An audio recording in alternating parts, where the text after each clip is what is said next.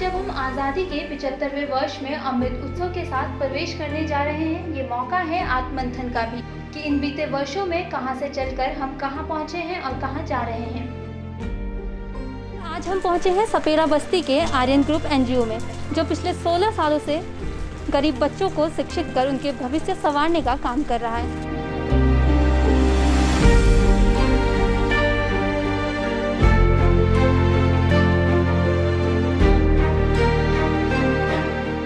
ये एनजीओ हमने शुरू की थी 31 मार्च 2005 में, यानी कि अभी लगभग हमारे 16 साल इसके कंप्लीट हो चुके हैं।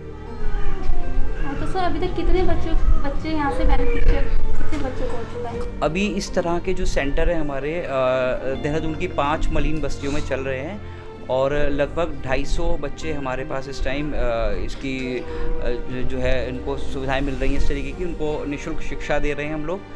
मंडे टू फ्राइडे हम लोग उनको एकेडमिक्स पर काम करते हैं, उनके बेसिक्स पर, और सैटरडे में हम लोग नैतिक शिक्षा से रिलेटेड बच्चों के साथ काम करते हैं वर्कशॉप्स के माध्यम से। उनको कोई मूवी दिखाना हुआ, उनकी आउटिंग करानी हुई, ये हेल्थ एंड हाइजीन के बारे में, एनवायरनमेंट के बारे में। तो ये सारा हमारी जो आइडियोलॉजी है वो स्वामी विवेकानंद और एपीजे अब्दुल कलाम के विचारों को मद्देनज़र हम लोग बच्चों के साथ काम कर रहे हैं।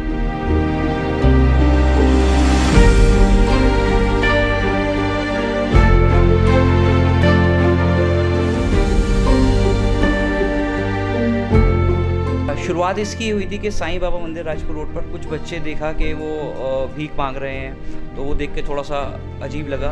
तो ये प्रण लिया कि हम लोग इसको भिखारी मुक्त भारत अगर हम कहें तो हमने इसकी शुरुआत देहरादून से की और हमने इन बच्चों की बस्तियों में गए हम और हमने सर्वे किया वहाँ पर। तो देखा वहाँ इस तरीके के डेस्टिट्यूट्स हैं जिनके घर में कोई अर्निंग मेंबर नहीं है, तो वो लोग बच्चों को कमाई के लिए मतलब भीख में लगा देते थे। तो हमने रामकृष्ण मिशन के माध्यम से बच्चों को वहाँ राशन पहुँचवाया और बच्चों के साथ ये सेंटर शुरू किया। हमने बच्चों को स्टार्टिंग में लोकल सरकारी स्कूल में उनके एडमिशन कराए, ठीक है, और ताकि वो नॉर्मल बच्चों से लैक ना करें बच्चे, उसके लिए हमने शाम का ये स्कूल इस तरह का खोला है जो लगभग 3 से 5:30 बजे तक चलता है। तो 2.5 घंटे का ये चलता है। इससे पहले 1 घंटा पहले इनकी माताएँ आके यहाँ पर पढ़ती हैं। तो इस तरीके से चल रहा है ये। अभी बच्चों की संख्या कितनी होगी यहाँ पे? हमारे हर सेंटर में डिपेंड करता है कैपेसिटी कितनी है, तो लगभग 30 से 50 बच्चे हमारे हर सेंटर में इस टाइम में। और सेंटर में जो शिक्षिकाएं हमने रखी हुई हैं वो भी हमने जिस बस्ती में हम पढ़ा रहे हैं तो उस बस्ती की सबसे पढ़ी लिखी लड़की को हमने वहाँ पर टीचर बनाया हुआ है ताकि महिला रोजगार में भी इसमें योगदान हो।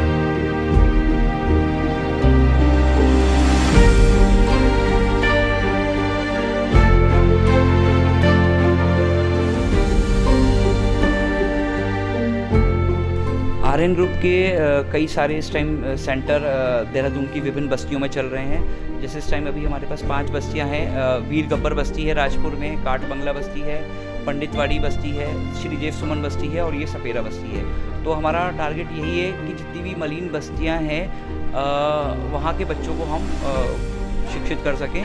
और जो प्राइवेट स्कूल और सरकारी स्कूल के बच्चों में जो एक अगर हम कंपेयर करें तो थोड़ा सा सरकारी स्कूल के बच्चे पिछड़े हुए नज़र आते हैं। तो हमारा काम है वो ब्रिज का, वो गैप फिल करने का। तो उस ब्रिज का काम हम लोग कर रहे हैं।